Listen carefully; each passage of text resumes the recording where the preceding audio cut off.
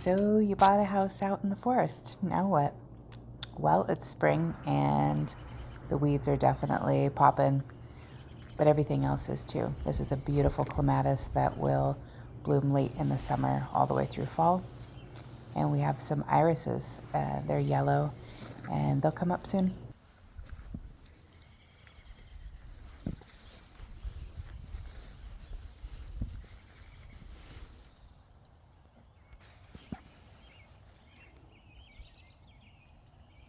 It's a 100-year-old apple tree that was thought to be the original homestead site. And a pretty little lilac.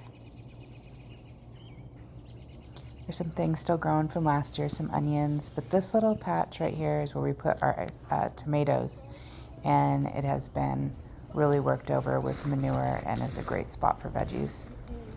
A little raised bed that has bulbs. Okay, these fragile ferns will pop up everywhere, but they're really easy to pull, and they do have a rhizome root, and so they've spread quite a bit, but once you pull them, they won't come back the same year. So if you want to take them out of the pathways, you can do so and just kind of sculpt them so they create little shady spots in places. They're really beautiful until late in the season, then they get a little dry. This bed here has gladiolas, and this one is crocosmia, which both will bloom around July. By the way, watching 4th of July here is epic from the upper balcony. And some hostas with daylilies. And there was lots of weeds in this little bed, but I just go through and pick them out and then spread a little mulch. This is also a really good bed for growing veggies. There's some chard in it right now.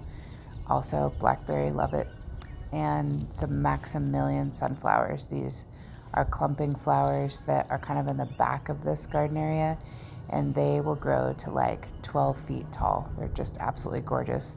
They're like a bush of sunflower, and they'll make kind of a wall. This is a Jack Frost. It dies back in the winter, but it's one of the first things to emerge in early spring, and it'll bloom all the way through early summer. There are some hostas out here on the wall, and they do attract slugs, so I recommend putting a little bit of beer in a keg cup, just setting it out. You'll attract a bunch of them. Just throw it away once a week or whenever you come out here, and that should keep the hostas looking pretty good. Uh-huh. Your ears were burning. A word about euphorbia. This is one of my favorite plants, commonly known as spurge, but we want to make sure that we're wearing nylon gloves or leather gloves when you break or touch the stalk. The kind of milky fluid that's inside these plants is caustic and will actually burn. That being said, they're easy to propagate, and they will spread. You'll see little guys shoot up. I imagine this area being kind of filled with them as a border and foreground to the house. But if you don't like them, let me know and I'll pull them out. This surface is amazing. I'd like to mop it like once a year, but it just withstands most anything. Can't wait to get this in our new place. Okay, moving inside, we have left the optical cable and the HDMI antenna.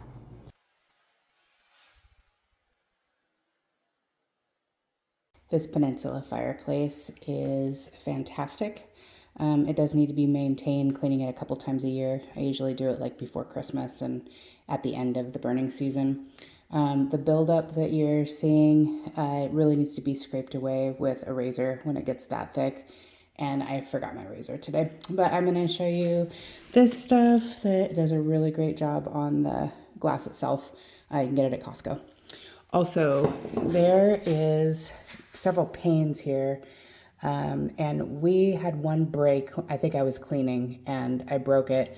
So we had two cut, and one of them is here. I'll have Mike put it in the garage. So if that ever happened to you again, at least you have a spare glass piece. So I'm just gonna go ahead and clean the inside and outside of the glass. Your moment of Zen.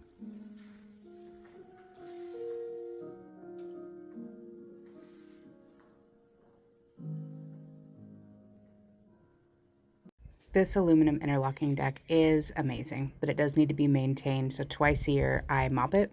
I had already done it this spring, but now since we moved the barbecue, it's left some residue. So I'm gonna scrub that out. I just use a regular mop and Pine Sol. There she is, all beautiful. I always try to do the deck cleaning before water catching, so right about now I would want to stop the water from flowing and harness all the water that we can for the rest of the spring to use for the summer. Just a gorgeous day. Can't wait to meet you, John, and if you have any questions, we can go over. I'm sure I'll probably, after sending this, realize I forgot something, so looking forward to meeting you.